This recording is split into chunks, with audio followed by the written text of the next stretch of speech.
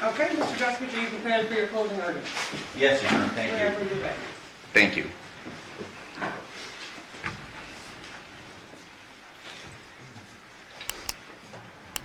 This case is entitled The State of Nevada v.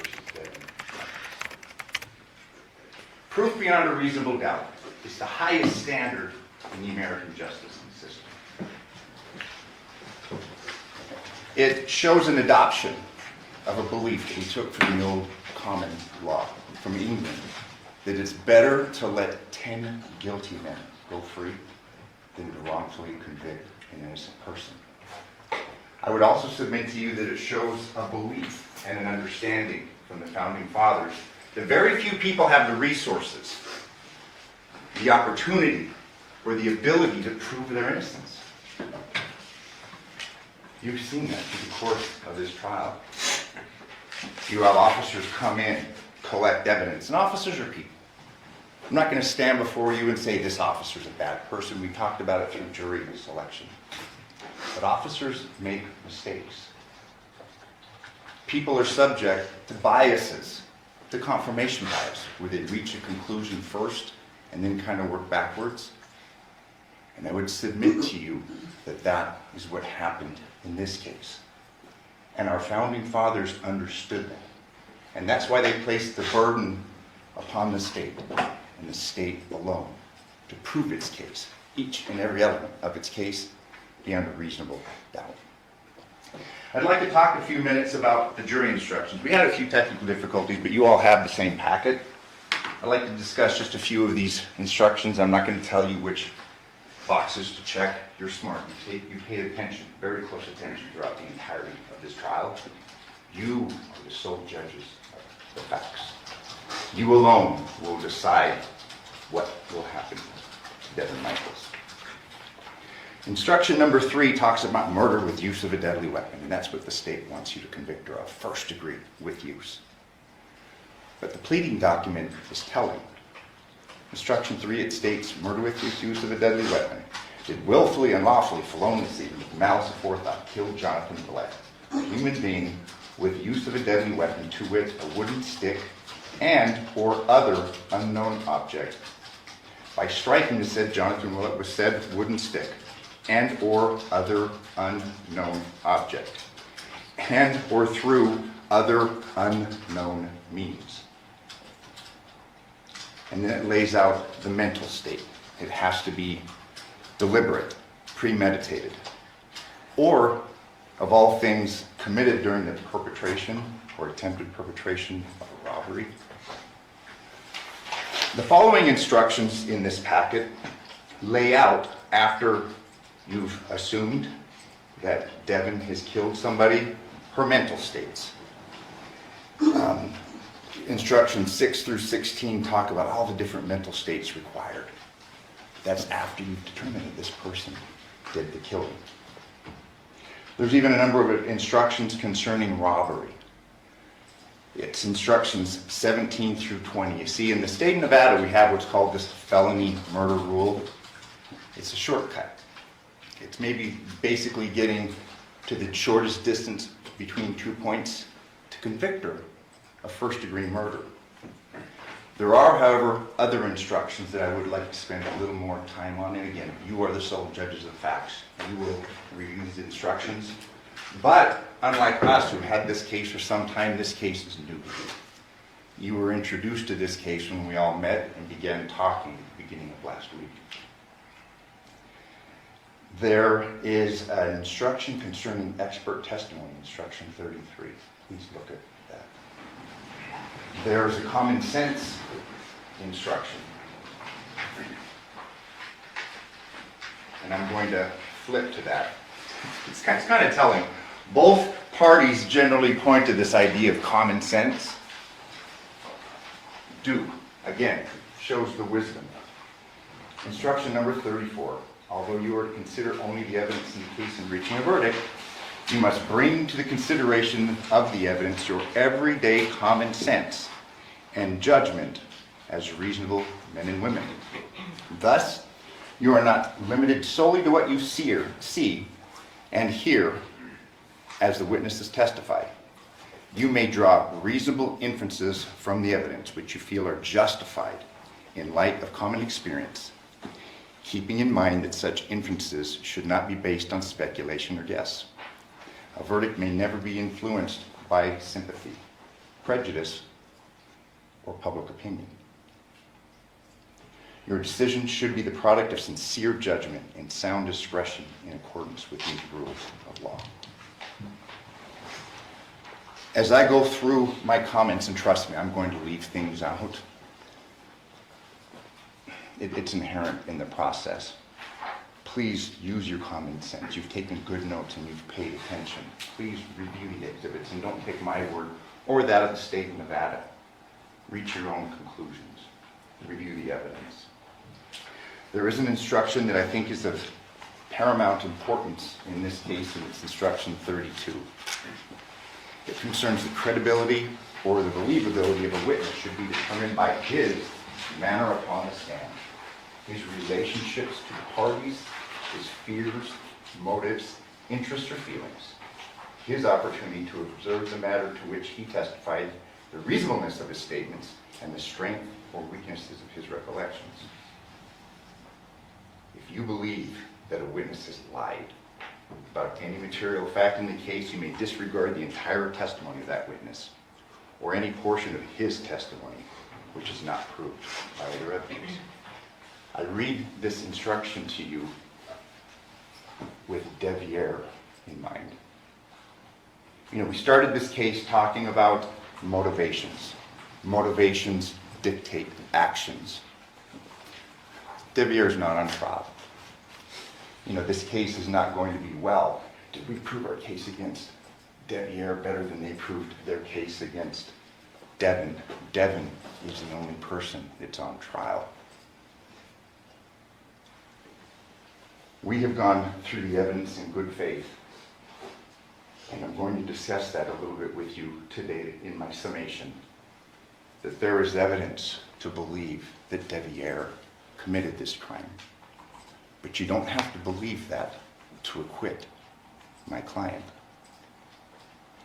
But I would submit to you that you should take that into consideration.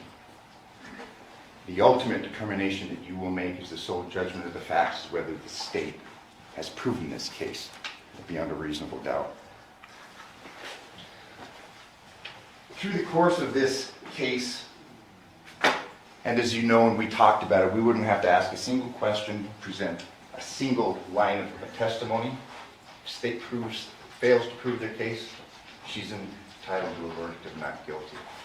But as this evidence has unfolded, I would urge you to see that perhaps the detectives in this case, the Henderson Police Department, were basically trying to choose the shortest distance between 2 points. Hey, we knew, and we all know, and we're not making issue that she was with him on the night in question. It's easy to reach a judgment like they did. She's guilty. But you, as jurors, must consider all of the evidence. Because unlike when you read in the paper, so-and-so's caught, and you think, yeah, he's guilty, she's guilty, you determine whether a person is guilty, not the police and not the state of Nevada.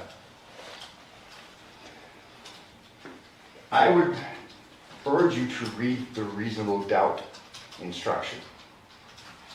A defendant is presumed innocent until the contrary is proved. This presumption places upon the state the burden of proving beyond a reasonable doubt every element of the crime charged, and that the defendant is the person who committed the offense. And again, this is why we have addressed what the evidence reasonably shows concerning Devyn. A reasonable doubt is one based on reason. It is not mere possible doubt, but is such a doubt as would govern or control a person in the more weighty affairs of life. And what more weighty affair of life do you have than to sit on this jury on this type of charge? If the minds of the jurors, after the entire comparison and consideration of all the evidence, are in such a condition that they say they feel an abiding conviction of the truth of the charge, there is not a reasonable doubt. Doubt to be reasonable must be actual, not mere possibility or speculation. If you have a reasonable doubt as to the guilt of the defendant, she is entitled to a verdict of not guilty. Since this is a charge of murder, I'd like to begin my comments, and I won't be long. I mean, we've been here a long time, but this is important. Let's begin at the autopsy. We had Dr. Sims. He was the lead coroner here in Clark County for 19 and a half years. You heard his testimony. It wasn't much of a cross because he didn't say much to be disagreed with. We did, however, hear from Dr. Yagi. Do you recall the question that was posed to her? Would you agree with me that a decapitation is difficult to effectuate? Remember her answer? I don't know, I've never done one. We heard from Dr. Sims that yes, it would be difficult. It takes a lot. It's involved. Dr. Yagi missed the tattoos. It was in the report. We had Oriental John. That kind of goes to the weight that you should give her testimony and the thoroughness of her examination of the body. The state's relying upon Dr. Yagi's statement, her testimony that there was no injury on the hand. You got to consider the source. Dr. Sims testified that the cause of death cannot be determined without evidence of injury, and he was talking about standard practices. Obviously, these are very suspicious circumstances. In fact, if John was murdered, it's very reasonable to assume, common sense would dictate, that the person that killed him decapitated him. And through the course of this evidence, they have not shown a scintilla of evidence that she was involved with a decapitation. She didn't do it. Determination of homicidal violence cannot be used when in large part that fatty liver or drugs and alcohol are present. He was talking basically about the industry standards, what experts in this field collectively agreed upon. And we saw a variation in this case from Dr. Yagi. In this case, we did have a combination of all three. You heard the testimony about 20 times the level of THC, alcohol in the body. 0.02 was the alcohol in the blood, but Dr. Sims testified that that, in conjunction with this high level of THC, would cause a person to be intoxicated. That's important in this case because you will hear testimony concerning her concern, Devyn's concern about not letting him drive. As you recall, we went through all those texts beginning back in 2018 concerning Yoko's concern. And again, I don't want to speak ill of the dead, and it was no showing of disrespect towards her, but it was an ongoing concern that she had. She didn't want her son driving drunk, and that concern was shared by Devyn. She had his key. She took the key to the house. That's not evidence that she committed a murder. This is extremely important, and there's been a great deal of issue made concerning this video evidence. As you recall, through the course of Devier's testimony, I read it to you at the beginning of the trial and read it to him, where basically we had a detective, it was the 12th of September, telling him, you're under the radar. We're here to clear you. I mean, when you look at the radar, when you look at this net that was cast, it has so many holes in it. The state would have you believe that both homes were under 24-hour surveillance. It's just not true. The evidence of Detective Lippisch and the other detectives show that. The state expects you to accept representations made by Detective Lippisch regarding the true time of the videos from this residence, and I want to start there. This concerns the state's timeline, which I would tell you flies in the face of common sense, but it's important to take into account how this evidence was gathered. You recall the list of times or the videos that were shown? He supposedly didn't, it was on a neighbor's cell phone. We saw no logs.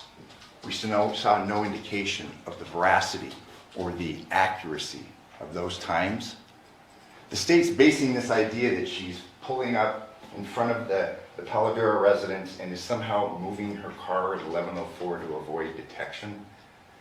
You have to take this detective at his word. And again, I'm not necessarily saying he's lying, but he did a sloppy job of collecting that evidence. And this is the video evidence that I'm referring to.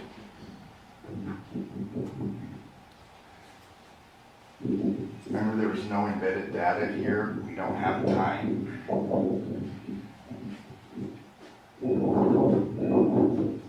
He would have you believe that the vehicle is moved at 11:04. We don't know what time this is occurring. We do know that the vehicle perhaps was moved from the burla, but we don't know the sequence of events. As you recall, and you will have the evidence, there was various blue lines showing triangles, and we heard that through the positioning of the GPS, you have movement, even if a vehicle is in one place. We don't have specific times, and we really don't know the order of how things occurred. We would urge you to believe and to consider that common sense would dictate that this was when Devyn left the residence at 2:04.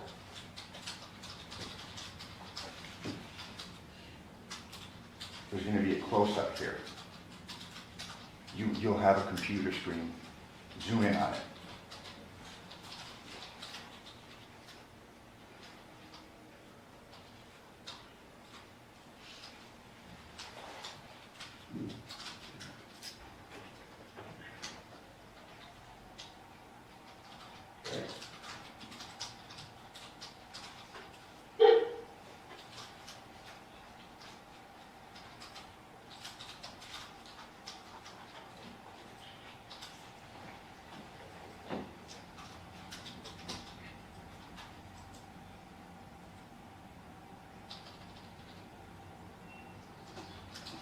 There you see the interior of the vehicle. You see Devyn getting in. You see a bag on the passenger seat.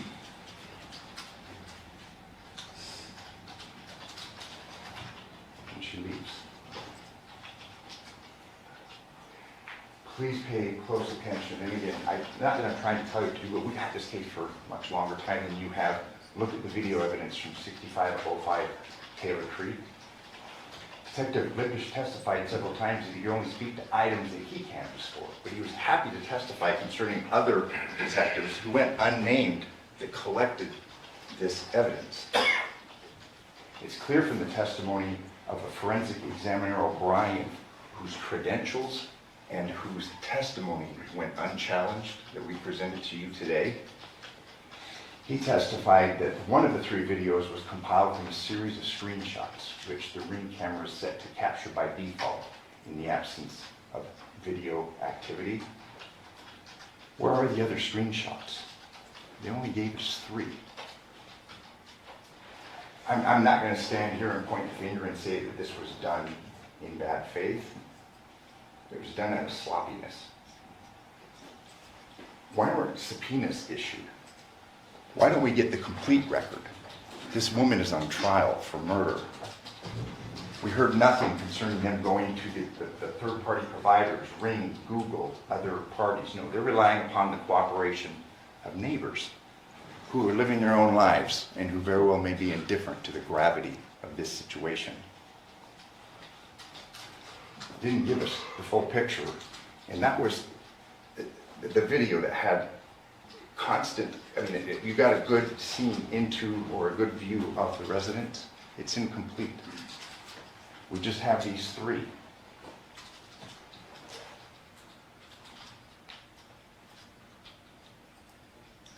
And again, this is at the new residence where it's been referred to. Porcupine here, we've got the truck.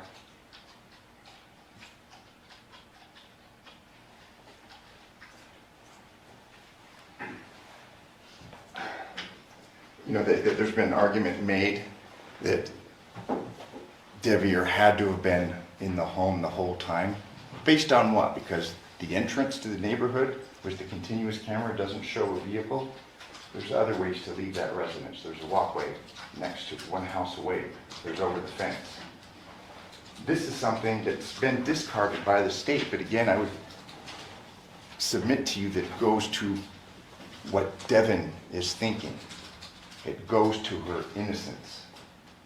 She starts trying to contact Jonathan on the morning of the 7th, starting about 4 a.m. She'd left him. She'd left him at the residence. The plan was that they were going to take the girls to school that morning, and we have evidence, and you've heard uncontradicted evidence that that's what she did. The message she leaves him is concerning the girls' school supplies. She's letting him know that their daughter was sick, because we know that she's at that pharmacy, and it's a 24-hour pharmacy at 2:28 a.m. That's what went on. She hadn't killed him and decapitated him. She was worried about getting her daughters to school that morning. She sends messages of concern when he doesn't respond. The state claims, and again, this is where common sense comes into question, the state claims that Devyn was answering Jonathan's phone from the house the morning of 8/7/2023. You heard the argument concerning the notifications. We did hear from Detective Skinner that they didn't put it on airplane mode. Those notifications wouldn't have shown up. That evidence, like so many other pieces of evidence, were mishandled.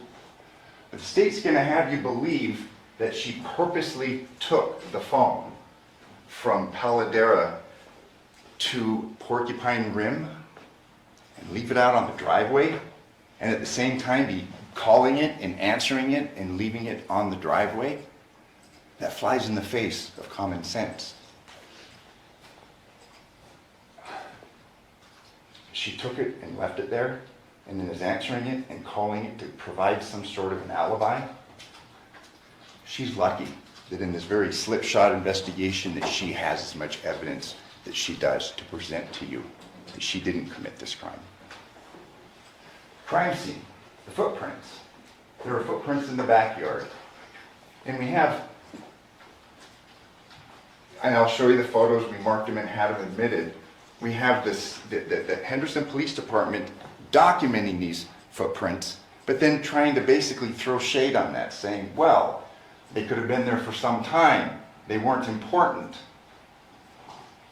When you look at the photo, you can see that they're fresh. They wanted to argue whether they're male or female. They didn't do any follow-up. There was no footprint comparisons to anybody's shoes in this case, much less Devier's. You recall Yoko's testimony, there were 4 dogs in the backyard. If that footprint had been there for very long, common sense would dictate that the dogs would have walked through it. They would have been sullied. They weren't. They were fresh. Again, they were not analyzed or tested. And there it is. And Detective Ozawa just kind of discounted that and said, well, we don't know how long they were there, but apparently no one really looked at Yoko's testimony and Yoko's statements. 4 dogs were out there for most of the night.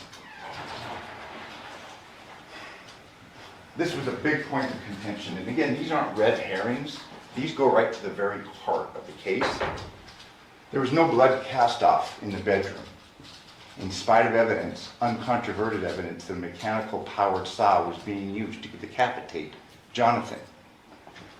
You recall, Coroner Yagi went so far as to try and compare a beheading by a mechanical tool there at a crime scene, and Dr. Sims took issue with this. She tried to compare that. These crime scene analysts tried to compare that to the dismemberment of a body under controlled conditions by specialized tools in the morgue. Bodies that have been refrigerated, but nonetheless, she testified that they still wear protective goggles and aprons to protect themselves from this cast-off. Luminol, we heard no testimony whatsoever that luminol was used by the crime scene analysts. That would show indications of blood or attempts to wipe it up. Nothing. What's clear, and it was kind of laborious at the beginning of this trial, was Yoko's testimony, because her testimony was so crucial to the timing of this case. There were some difficulties with the interpreter. However, I'd submit to you, she speaks pretty good English. It was important to memorialize what she told officers the morning of in the 40-minute conversation, as well as what she testified to the grand jury. She testified that she saw Devyn at 1 a.m. and Devyn didn't have any blood on her. If you follow the state's timeline, it's sometime around then, and it's unclear, she's involved in this murder and decapitation. She stated that no gloves were worn by Devyn when she met her at 1 a.m. And you recall the testimony concerning the dishes and the alcohol bottles. And there were some issues concerning Jonathan's level of drinking. 15 minutes. She testified that the light was on. That brings to question the veracity and the reliability of the statements through her multiple interviews that Devyn made to the detectives. There is no blood visible on Devyn's shirt at the CVS drive-thru pharmacy, and thank God that she stopped there. Because again, we have real time. We have real evidence that shows that she didn't commit this crime and not some detective's opinion. There's another issue concerning this, the mixture of ammonia, bleach, the stench. Remember that? We heard that the first responders, that they said that the smell got worse the longer they were there. If we're to believe the state's timeline, this is smoking for 9 hours. That flies in the face of common sense. Ammonia evaporates quickly, and again, your common experiences. The state never, and one of you posed a question to Dr. Sims. Again, it's the state and the state alone that bears this burden. Where was the expert to talk about that? That was important. This case was out of the ordinary. It's clearly gruesome, but because it's gruesome doesn't make that woman guilty. It isn't evidence that she committed this crime. Here we are, 2:27 in the 24-hour pharmacy, and you'll have this. Look at her.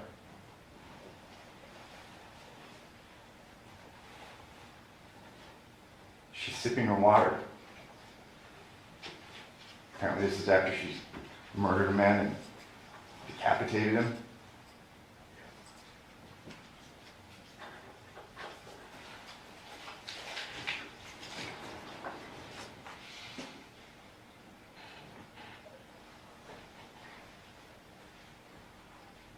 She's reaching out of the vehicle. No marks, no blood, nothing. And Sims testified that this would have been messy.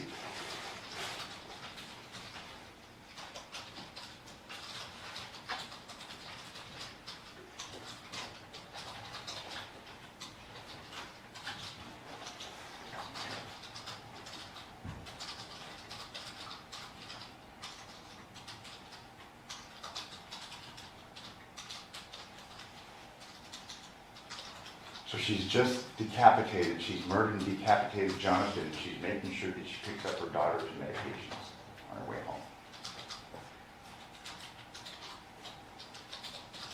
There was a very good question that was asked concerning, was there any stops? There wasn't. There were no, her vehicle didn't go to any isolated areas, to any trash bins. There's been times when I've gone through moves and I've gone behind the bonds and dumped trash out in their dumpsters. There's no evidence of that because it didn't happen. The state will have you believe that there's this bucket of blood that's the reciprocal of all this blood that's squirting out when she's sawing his head off. What did she do with that, if she did? The car didn't go anywhere. She went home. There's no rags. There's nothing in that vehicle. We do know that they recovered, and this is based in part of the video that we saw from the terrible herbs. Again, I don't want to point fingers, but her life is on the line. They didn't do their job. There was no direction of what to get and when to get it. We heard from Detective Lippisch that he got that video evidencing her clothes around the 11th of August. That warrant was served on the 7th, and we didn't hear much about what they picked up on the 15th. They made a big deal about the shoes, the swoosh, but we showed you evidence in the photographs, and it's in evidence of the black shoes with the white soles. I mean, she gets arrested on the 15th. Game over. It's done. According to Yoko, and this is important, and I read the statement to her because it was so dispositive. She said Jonathan's room was a mess.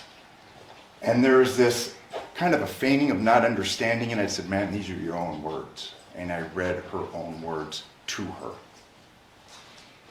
During her initial interview, she stated that there were 2 chairs flipped upside down. That's evidence of a struggle. But then we don't see that on the body cam. What happened? We don't have that in any diagrams of the crime scene. But when she spoke to police and thank goodness it was recorded, she talked about 2 chairs being flipped upside down. And obviously her memory would have been far better at that time than it would be now. But again, you know, there were some questions by the state. You were traumatized, things were terrible. I'm sure it was. But the veracity of the statements and the accuracy of the statements shine through.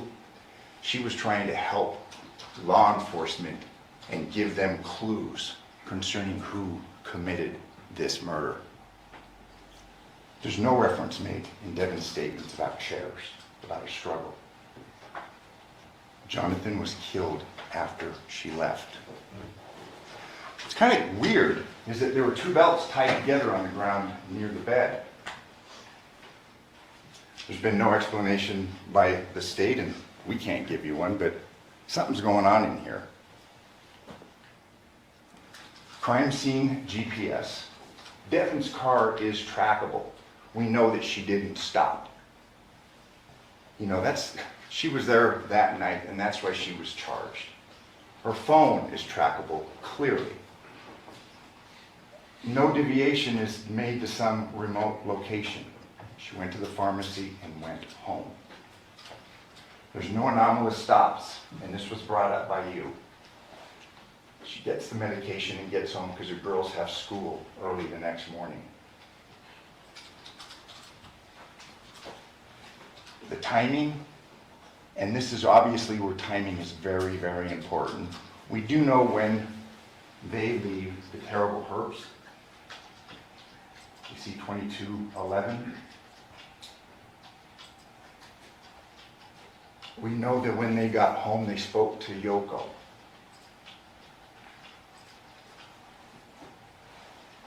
We don't know how long they spoke, but do you recall Yoko's testimony? Her words were, it was a very good day.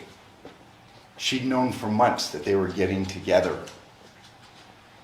They were trying to unite the family. You know what? No union is perfect. Hey, we all know that. There are ups and downs, but she and Jonathan had a union.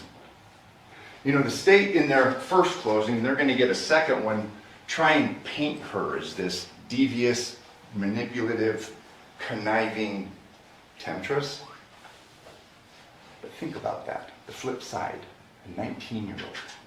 You know, when we talk about motive, what drives a person to murder, is it not passion of a young man? His first love that's coming to an end when dad's coming in and moving him, the dad that he said was never there for him.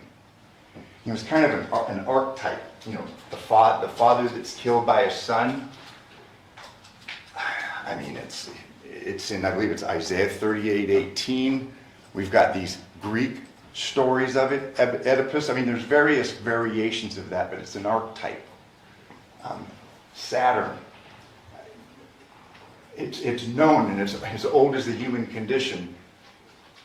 Fathers are sometimes killed by their sons, and that's why we wanted to underscore, and we spent a great deal of time in our opening statement, because we didn't know where it was going to go with Devyn, but we knew that they'd had a relationship that had been kept clandestine.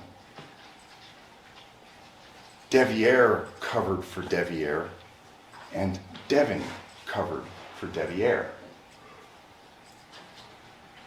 This is important. I would submit to you that this is a more accurate and a more reasonable timeline. Yoko was awake. 10:58, there's a 44-second call to Devyn from her phone. You recall, we get the text, and you want to talk about an alibi-type text, putting the girls to sleep. It's 10:36, I'm going to bed. That has been refuted by facts. He testified here that, well, maybe he woke up at 2. That was the first time. Previously, he had testified before a grand jury that he got home, put the girls to bed, went to sleep, woke up, Devyn was there. That is a lie. Why would he lie?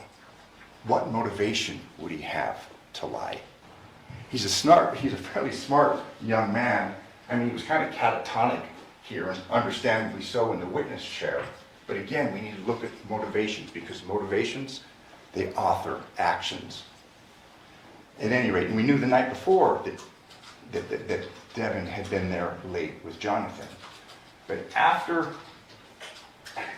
we were to believe that he's asleep at 10:36, we got a 44-second call from Devyn's phone to Devyn. 8 minutes pass. 11:05, we get that 10-second burla in the Nissan Armada. It may have been moved. You're to determine that, because I'll tell you, we really don't know. The evidence is not reliable. Whether it pulled up and stopped, or what we saw there was Devyn leaving, we don't know. States to provide that to you, the timeline. They haven't done that due to this slipping through the cracks in the slipshod investigative work. Now, an hour and 55 minutes pass. Yoko is awake. There's no suspicious noises or activities. And we have a 15-minute timeline. Because you recall, Yoko's into time. She corrected me. She looks at the clock. They talked for 15 minutes. And it was kind of like pulling teeth. She admitted about the dishes and the alcohol. They talked for 15 minutes. We're to believe that, and again, this goes to Devyn's statement and the reliability after she's subjected to interview after interview. Yoko says the lights are on. The state would have you believe, apparently, that Jonathan's dead. She struck him in the head and he's dead. Meanwhile, she has this 15-minute communication. Again, no blood, gloves, chemical smell, any of that on Devyn. At 1:15, Yoko goes back upstairs. And you recall yesterday, that was kind of rebutted Lena's testimony. They kept hitting her with that hour and 4 minutes. That's why you don't talk to the police. That's why you have a right to remain silent. One thing that we have learned is don't talk to the cops, especially if you're the target, because they're going to take what you say and they're going to twist it. Yoko was equivocal in her testimony when she testified before us. This time, and she's just testified once before a grand jury, she's equivocal. She was awake the whole time. She looked at YouTube. She went to sleep. It's equivocal. But at 2 a.m., for the first time here, she says she hears the bang. And I think we had the prosecutor bang his hand. She never talked about that before. But still, may have happened. 2:04, Devyn's leaving. Maybe it was the door closing. We don't know. That's her testimony. But you have to evaluate her testimony. But again, this is really kind of shedding light on this timeline. She previously testified that she heard dogs at 3 a.m. She brought it up 3 times during her police interview. Apparently she felt it was noteworthy, and she testified to that September 14th before the grand jury.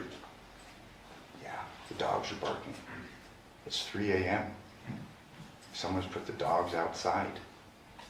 The facts, taken as a whole, and not this little piece here and this little piece there, show that this murder, and you know, it's silly to say a murder didn't occur, obviously it did. It happened after Devyn left. The facts, taken as a whole, bear that out. Again, you've heard, and it's uncontroverted, Devyn leaves at 2:04.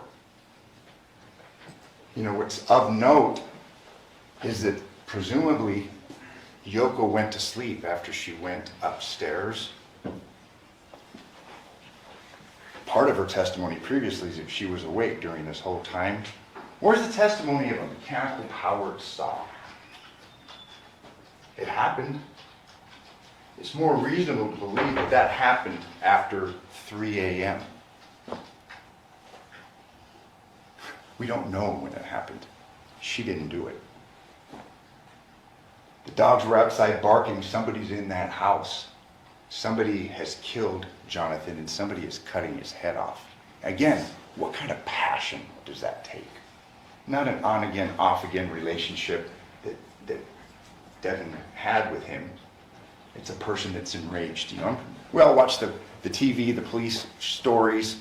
They talk about stabbings are personal versus a shooting. What's it going to take to cut a head off?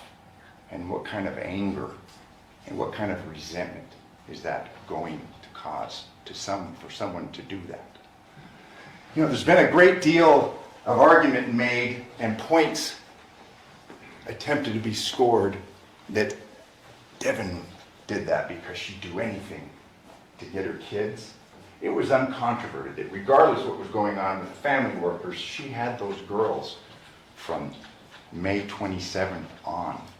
She had them all summer. And when we talk about motivations, we know that Jonathan was moving in. There was talk of marriage. And you know, they want you to believe that the rings weren't there. Look at this investigation. Look at the photographs of the trash cans. I believe one was Exhibit 68. We have no evidence and nothing to show that they emptied that. And no, why would they take a picture or preserve a ring? They didn't preserve anything else in those trash cans. It's easy for them to come in years later and say, I didn't see a ring, there was no notations, and they'd go through hundreds of crime scenes. When they were there, you know, when Miss Wilson was there, they were looking for weapons. They were looking for evidence of a murder. They weren't looking for rings, and they're asking you to convict her on this shoddy police work and have you believe that Devyn's lying about these rings when there is no indication that they were looking for rings. This is the state's only evidence that she committed this murder and this decapitation, because you got to put them together. Common sense would dictate whoever did one did the other. The interviews of Devyn Michaels.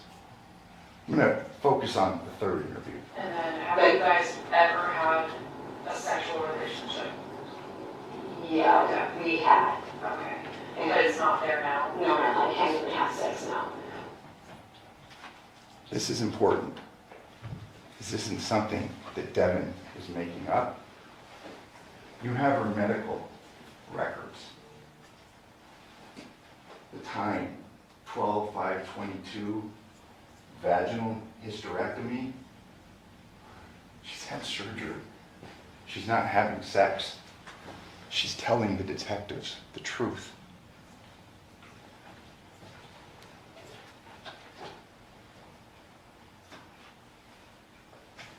Okay, we've got that. Is there any reason why John's blood or anything DNA related would be in your vehicle? Because that got to go back to our station, our CSA, they're going to thoroughly look for everything in that vehicle. I couldn't tell you. If he was bleeding from when he was doing the thing, he helped load up the truck. So if he was bleeding, it might be Or your Armada. my Armada. Okay. Like, he was putting the things in the car, like anything that Sure, he there's had. going to be obvious areas where blood doesn't belong even if you're loading. So I'm just asking you directly, because if we do find any DNA evidence in that vehicle, obviously we want to make sure we asked you if there would be a reason. No, the only thing I knew he said was his hand that he hit on the table. That's the only time he ever said he was bleeding, and he said it got a pretty good gash. Okay, but you didn't see that. No, I did not, so I can't really speak on it. But he was still loading everything up, so I don't think it was really bothering him that much. the inside of the Armada. With the testimony from Ozawa that appeared the vehicle had just been washed, that's been disproven. The burla shows that that didn't happen. The location coordinates show that that didn't happen. Look at the inside of this vehicle. I know my partner, Mr. Horvath, had asked Detective Spangler, well, was it very clean inside? I think he made a reference to teenage kids, something along those lines. This isn't well kept. I've seen much worse, but it's not well kept. But the important point is we're to believe that there's buckets of blood in here. There's bloody rags. There's a head, a murder weapon, a saw. There's nothing in there. They sealed this vehicle and they took it off. If you're to believe that she murdered and decapitated Jonathan, you're to believe, common sense would dictate that there's going to be some indicia of a crime in here. You're taking buckets of blood because they weren't at that residence. This made reference, and again, nobody understood the significance at the time. Miss Miriam didn't, but there's the table that she talked about. It was a moving day. Injuries do happen. We're to believe, again, Dr. Yagi's, the reliability of her testimony. She said there was no bleeding injuries. Well, we've got an injury right there. Whether it's bleeding or not, we don't know. But that's sign of an injury. And remember, this is the same doctor, the same coroner that said John didn't have tattoos on his arms. Big point was made about the telephone. And we're to believe that Devyn is so sophisticated and so cool and so cunning and so informed that she can murder this guy, decapitate him, not leave any evidence, and then drop his phone in her driveway. A more reasonable explanation, it's tired. She's got girls that are going to school in the morning. She's been carrying things, it's late. She obviously brought the phone. Whether it was knowing or not, we don't know. It appeared that it had fallen on the side. And she tries to give an explanation. You recall about the cigarette butts? She didn't know the phone was there. That's why she was calling the phone, following up with Jonathan. She knew he wasn't dead because she didn't kill him. Another thing, there was a big point of contention. Sometimes little things can have very large implications. Remember the issue about the blood on the screen? Papakostas, the DNA expert, testified that she couldn't confirm that it was blood. There was a presumptive test, but the confirmatory test, and some of you are far more knowledgeable than I am, it was not. She couldn't confirm that it was blood. So then the state recalls crime scene analyst Miriam to apparently discredit their DNA expert in reference to the blood. And this is the entity that's charged with proving this case beyond a reasonable doubt. They're calling a crime scene analyst on a presumptive test to discredit the DNA expert who gave testimony, uncontroverted testimony, concerning the lack of a confirmation for this blood. We know that John's DNA is on the phone. I would submit that it is somewhat significant in determining whether the state's proven this case. Devyn's isn't. It was handled. Maybe there weren't epithelial cells left from Devyn. Clearly, Devyn took the phone, knowing or not, and I would submit to you that given the circumstances and the chaos of a move, she didn't know she had the phone. It's not evidence that she killed him. Just like the key, it's not evidence that she killed him, or the wallet. She's going to go through all this work to leave this, this crime scene spotless or clean and not leave anything behind, no blood, nothing in her car. Yet she's going to drop the phone and then make calls to it. This is what the state is relying upon, this interview. And you recall the tenor of this interview? Please don't just look at one part or another. Listen to the whole thing. The power dynamic. You've got two large men. You've got a woman who they had said, "We Mirandized you earlier today." You have to ask yourself what went on. What happened before this interview? John? That's the position John was in when you last saw him? Yeah, but he had his boxers on. When he had his options on. I don't know, he had his boxers on. His boxers were black boxer briefs. He had boxer briefs on. That's what I'm talking about, the shit's getting real. Keep looking at that. Take another look at this. This was into the interview, and it was a fairly lengthy interview. She'd had multiple interviews before. We heard in this interview that they had told her previously, that day, about the decapitation. So there's more going on. She knew. You know, it's at 1601, and it's interesting that the state showed you the exhibit, the one that she supposedly wrote. When you look at the original exhibit, it says handwritten by Devyn Michaels. It wasn't. She drew a line, and that's significant. It was Detective Christopher that wrote that. And again, this is in the crises, in the crucible of a very confrontational interview. She didn't author that. And I'm assuming that Mr. Giordani is going to stand up when I sit down, because he gets the last word, and he's going to say that somehow, how could she have known that? She hadn't been shown the photos. This gentleman had seen the photos, and he filled in those details. As she's sitting there, having been arrested previous to this interview, and facing the horror of being accused of a crime, a murder that she didn't commit. Here's the boxers. Why lie? Why lie? When she left, he was wearing those boxer shorts. She was consistent in that. Why choose that hill to die on? She was telling the truth.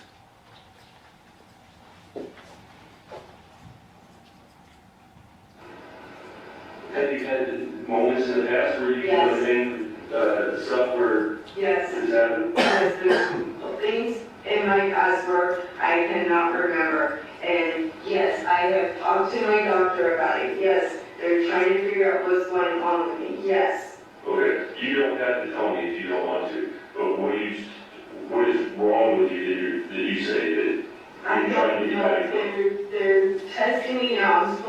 I went yesterday, for whatever reason, my brain tingles and then I black out. And I literally have it on documentation from the doctor, and they're trying to figure out what's going on with me. This interview was on August 15th of 2023. This condition that she's talking about, it's documented 6/7/2023.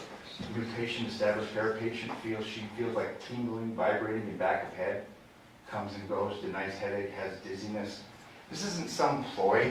I mean, she's in this high pressure, confrontational interview, and she's trying to give as truthful information as possible. She's had some problems. This isn't some defense where, oh, she blacked out and didn't know what she did. She didn't commit this crime. She didn't commit this decapitation. She's had some issues that she's been trying to address, and again, she's being truthful to these detectives.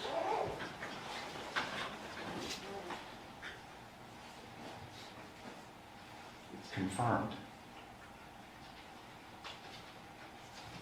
I think we're done. Absolutely. And you're under that and everything. You can't even have the audacity to give them closure. Shame on you. That's terrible. Get out of here! Also, there's some anger now, huh? I told you from the beginning I didn't Is that how you feel against him? No! It's not how I could have too.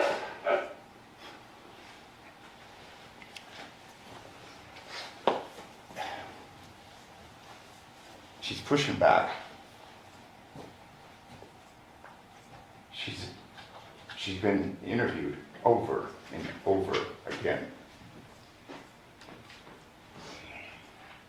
She's telling him, I've told you I haven't done this. What we're dealing with now is a woman that's denying that she committed this murder. You know, it'll be up for you to determine whether she hit him in the head when he was grabbing her leg. She was consistent that he was alive. He was breathing. There's no evidence that she hit him in the head. And again, given this, we know that when people are confronted they'll try and give something to appease the other party, this power dynamic. She was trying to give. In this interview, you'll read, they threaten. What you do here is going to determine what happens with you and your daughters. She gives a little, but then snaps back and says, I didn't do this. And she's expecting, through all these interviews, for them to pick this up and do their job. But they'd already made their minds up. You heard from Lanai yesterday. In their minds, she was guilty. That's it. And we're dealing with this investigation that you heard from Sean O'Brien, 3%. We're dealing with 3% of the information that was available on those devices. But still, in that 3%, we've been piecing together what really happened.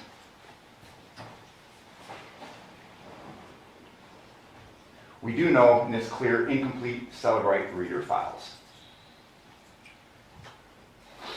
Critical database files are missing from the phones. Now, years later, we're trying to piece together a defense to defend a woman that didn't commit this murder. There's artifacts which would indicate a need for further investigation. And Sean O'Brien testified that generally, as he's been a forensic analyst, he's been involved in law enforcement. There's supposed to be this back and forth. Hey, get us this. As this investigation develops, we need more information. There was no indication that that occurred in this case. She's at the house. She's the low-hanging fruit. She's guilty. The end. All investigation stops. Image of Devyn and Devier. And again, we would like to have more, but we can show you this image. Now, of all the images that are available on a cell phone, I think I probably have 4,000. It's going to be the state's position, well, this is just randomly popping up. Devyn had said that he was asleep, or Devier had said that he was asleep at this time. He testified under oath. He lied under oath. Look. There's a Discord chat application, 231. This is telling. The state can play 3 phone calls from the girls who are adorable. Those were all after 11 o'clock. We have no proof where Devier is. But we have 2 indications of 2 artifacts at 2:12 a.m. and 2:31 a.m. that he's up and he is engaged. There's a deliberately deleted file. This is the image, 2:12:38 a.m. This is after there's been 3 calls from the home phone that night to Devyn. 3 of them were the girls. What about the other 8? But of all images, at 2:12:38 a.m., this is being looked at on Devier's phone.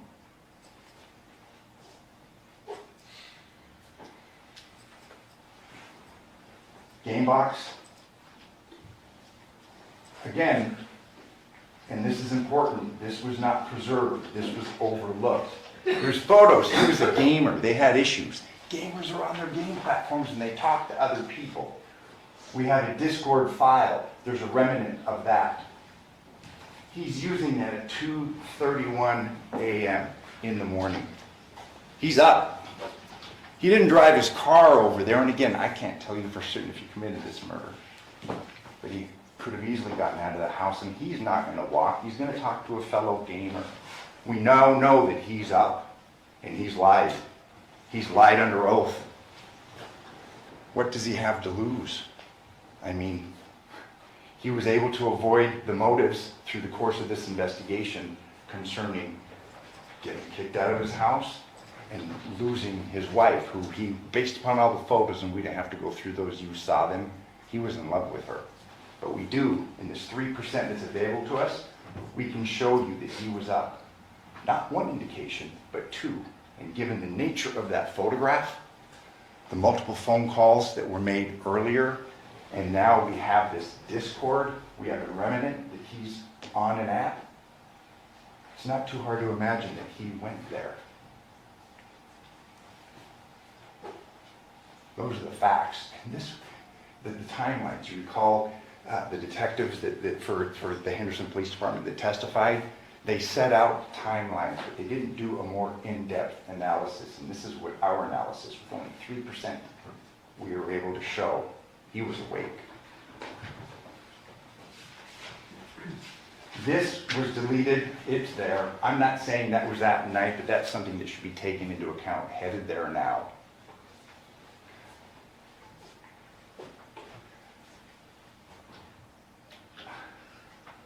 He's there in this area, and you'll have the exhibit. He's next to a remote area. Don't know if he had a job there or not. This is the morning after, 8/7/10/25. You know, when detectives interviewed him, he'd said, hey, I've been drinking. We don't know if he'd been drinking all night. We don't. He's a drinker. He's in a remote area where, and obviously there's been no testimony, there's been no investigation in those wash areas. We know he was over there. We know he was up. We know that he was looking at a picture of him and Devyn. You know, you see on the crime TV shows about motive, means, and opportunity. He had all three. He had the motive. He had the means. He didn't walk there, but he was talking to somebody.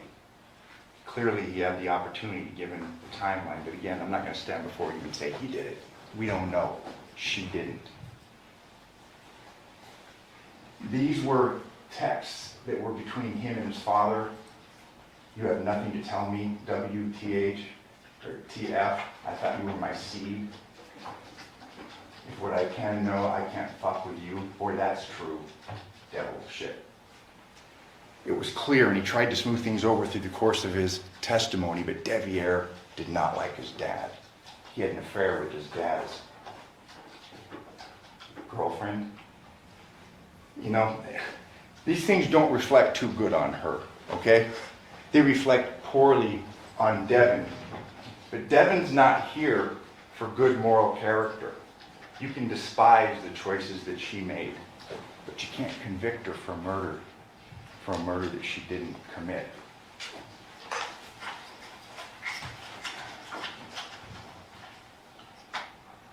This is their home. The home that he's being kicked out of. Again, there's the walkway down the side. There's the way to get out the back. There's no cameras that were pulled on Rebecca. We don't know. The police did a slipshod investigation. We can't show you him walking away.